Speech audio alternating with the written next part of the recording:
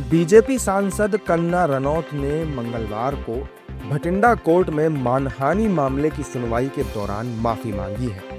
ये मामला किसान आंदोलन के दौरान बुजुर्ग महिला किसान पर उनकी टिप्पणी से जुड़ा है। याचिकाकर्ता के वकील ने इस बात का भी दावा किया कि कोर्ट में कंगना रनौत ने हाथ जोड़कर माफी मांगी। कंगना ने जज से कहा कि अगर उनकी किसी टिप्पणी से कोई गलतफहमी हुई है या माताजी को ठेस पहुंची है तो उन्हें इस बात का खेद है और वो क्षमा चाहती है। हालांकि कांग्रेस उनकी माफी के बाद भी बीजेपी पर हमलावर है। देखिए, माफ़ी मांगी है इसलिए कि वो फंस गई हैं, परंतु जो उन्होंने डैमेज करना था और जो उनको कहा गया था जो वो करती हैं वो नुकसान तो हो गया। जिस समय किसान आंदोलन चल रहा था, पूरा देश किसानों के साथ खड़ा था। चुने हुए कुछ लोग कंगना रनावत जी की मानसिकता के उन्होंने इस तरह की टिप्पणी दी, परंतु उस समय जो उन्होंने नुकसान किसानों को करा वो नुकसान भर नहीं पाएगा। उनका माफ़ी केवल इसलिए मांग रहे हैं कि आज वो फंस चुकी हैं। दरअसल साल 2021 में किसान आंदोलन के दौरान कंगना रनौत ने प्रदर्शनकारी बुजुर्ग महिला किसान महिंदर कौर को शाहीन बाग विरोध प्रदर्शन से जुड़ी बुजुर्ग कार्यकर्ता बिल्किस बानो बता दिया था, जिसके बाद कोर्ट में मानहानि की सुनवाई ही चल रही थी। लेकिन अब कंगना ने माफी मांग ली है। देखिए, कंगना रनावत ने जो माफ़ी मांगी है वो माफ़ी बहुत देर से मांगी है।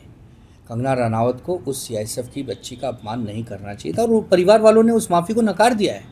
माफ़ी, पहले आप किसी को बेइज्जत करें, पहले आप किसी के कपड़ों पर गंदगी लगा दें और फिर उसको आप साबुन से आकर साफ़ करें तो वो छींटे तो रह जाएंगे, वो दाग तो रह जाते हैं। ये वॉशिंग पाउडर जो इनके पास है, भाजपाइयों के पास, वो सबके पास थोड़ी होता है। तो कंगना रनावत जी को पहले सोचना चाहिए था ना। किसी बच्ची के साथ बदतमीजी आप करेंगी, आप गाली गलौज करेंगी और उसके बाद फिर आप माफ़ी मांगेंगी, फिर आप ट्वीट करती हैं, फिर ट्वीट पर माफ़ी मांगती, ये सब नहीं चलेगा। कंगना रनावत एक, हमें तो लगता है कि असंवेदनशील सांसद हैं। जरा से भी उनको अगर संवेदना रहती तो ऐसी घटना घटती ही नहीं। एक सांसद का एक अपना एक वजूद होता है, उसका एक अपना कैरेक्टर होता है, उसका एक अपना जीवन होता है। वो कैसे ऐसे कर सकता है? तो सांसद को ऐसे गरिमापूर्ण व्यवहार करना चाहिए कि लोगों को अच्छा लगे। पहले गलती करो फिर माफ़ी मांगो, तो ये हमारे भारत की राजनीति को शोभा नहीं देता। भारत की राजनीति में पंडित अटल बिहारी वाजपेयी जी, चंद्रशेखर जी, बड़े बड़े नेता, पीवी नरसिम्हा राव जी और डॉक्टर मनमोहन सिंह जी, ऐसे नेताओं के लोग उपाधि देते हैं, गरिमापूर्ण नेताओं का लोग उदाहरण देते हैं। कंगना रनावत फेल हो गई हैं। कंगना रनावत को केवल नफरत की बात करनी है। आज पूरे देश में भारतीय जनता पार्टी को कंगना रनावत कलंकित करने का काम कर रही है। देखिए, हम वही कह रहे हैं कि एसआईआर नियम के अधीन होना चाहिए। एसआईआर का बहाना लेकर किसी को मदद नहीं करनी चाहिए। आपने बिहार में एसआईआर कराया, उसके बाद आपने देखा ना सुप्रीम कोर्ट ने कितना फटकार लगाया चुनाव आयोग को। और आपने 12 राज्यों को जो चिन्हित किया है उसमें आपने किस मंशा से किया है? क्या जहाँ जहाँ चुनाव होने वाले वहाँ एसआईआर करके आप किसी को मदद करवाना चाह रहे हैं, किसी को मदद पहुँचाना चाह रहे हैं? यहाँ विरोध एसआईआर का नहीं है, यहाँ विरोध है आपकी मंशा पर, आपकी नीयत पर। जिस प्रकार चुनाव आयोग की मतदाता सूची में धांधलियाँ देखी जा रही हैं और रंगे हाथ पकड़ा जा रहा है। अगर चोरी पकड़ी जा रही है उसके बाद भी अगर आप कुछ सुनने को तैयार नहीं है तो इसका मतलब फिर लोकतंत्र की आप हत्या कर रहे हैं। अगर लोकतंत्र की आप हत्या कर रहे हैं तो फिर आप डॉक्टर बाबा साहब अम्बेडकर जी का अपमान कर रहे हैं। इसके लिए आपको देश से माफ़ी मांगनी चाहिए, संविधान का पैर पकड़कर रोना चाहिए आपको कि आप ऐसे कैसे कर सकते हैं कि आप उस विरासत को, उस परंपरा को ध्वस्त करना चाह रहे हैं जिसकी नींव महात्मा गांधी जी ने, पंडित जवाहरलाल नेहरू जी ने, डॉक्टर बाबा साहब अम्बेडकर जी ने रखी थी। आप कैसे ध्वस्त कर सकते हैं उस पूरे सपनों को, जो सपना भारत को आगे जाकर विकसित भारत बनाकर विश्वगुरु बनाने वाला है?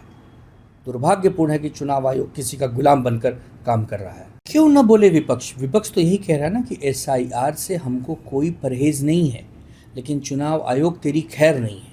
जिस प्रकार ज्ञानेश कुमार आकर प्रेस कॉन्फ्रेंस में अचानक कहते हैं कि हम इन राज्यों में एसआईआर कराएंगे। आपने राज्यों से बातचीत की? राज्यों के मुख्यमंत्रियों से बातचीत की? राज्यों के विपक्ष के सर्वदलीय पार्टियों से बातचीत की?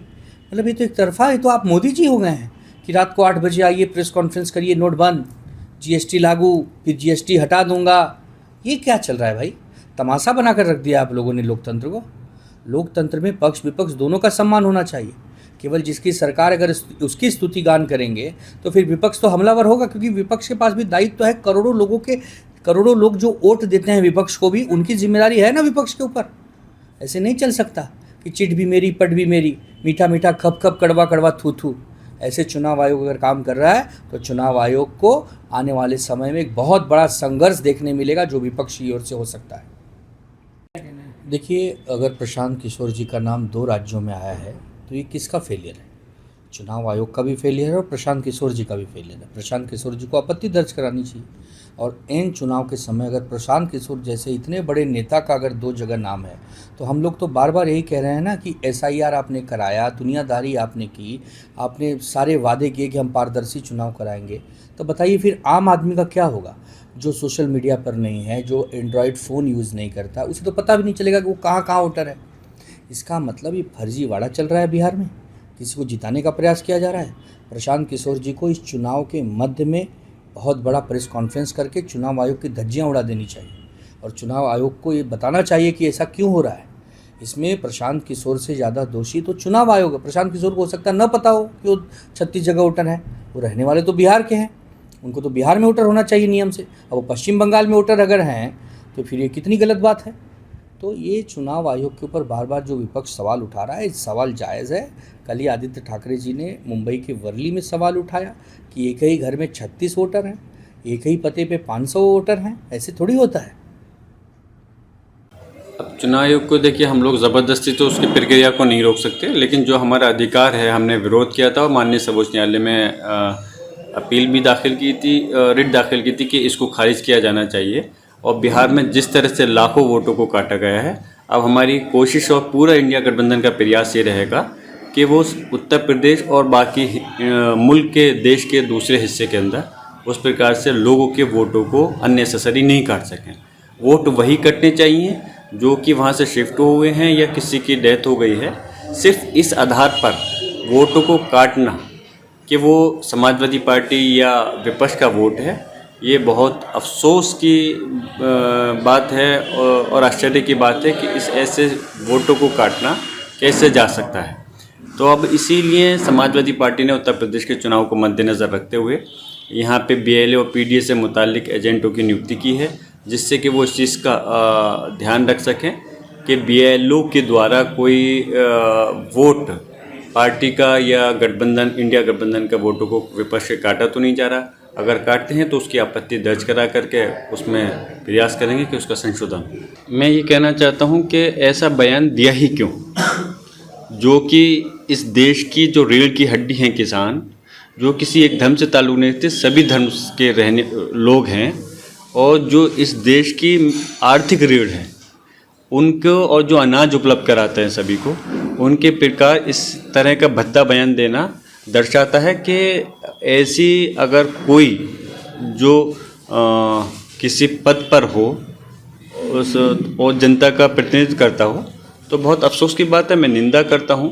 और इस प्रकार के अल्फाज बीजेपी के अंदर जो नेता देते हैं, चाहे वो कंगना रनावत हों या दूसरे नेता हों, इससे दर्शाता है कि ये बीजेपी की सोच है, ना कि सिर्फ एक नेताओं की।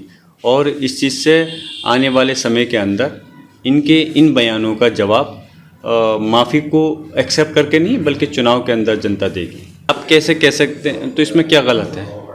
मुझे तो कुछ गलत नज़र नहीं आता। हर पार्टी के कार्यकर्ता के लिए जो जननायक, जनता का नायक, उसका अपना पहले अपना नेता ही होगा। और ऐसा नहीं है कि जननायक सिर्फ कोई एक ऐसा पद है जो सिर्फ एक ही व्यक्ति को दिया जा सकता है।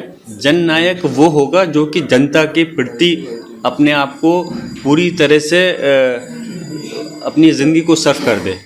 तो जो भी व्यक्ति, जो भी नेता जिस पार्टी का भी हो, वो अगर इस प्रकार का होगा तो यकीनन वो जनता का नेता होगा, जनता का नायक होगा।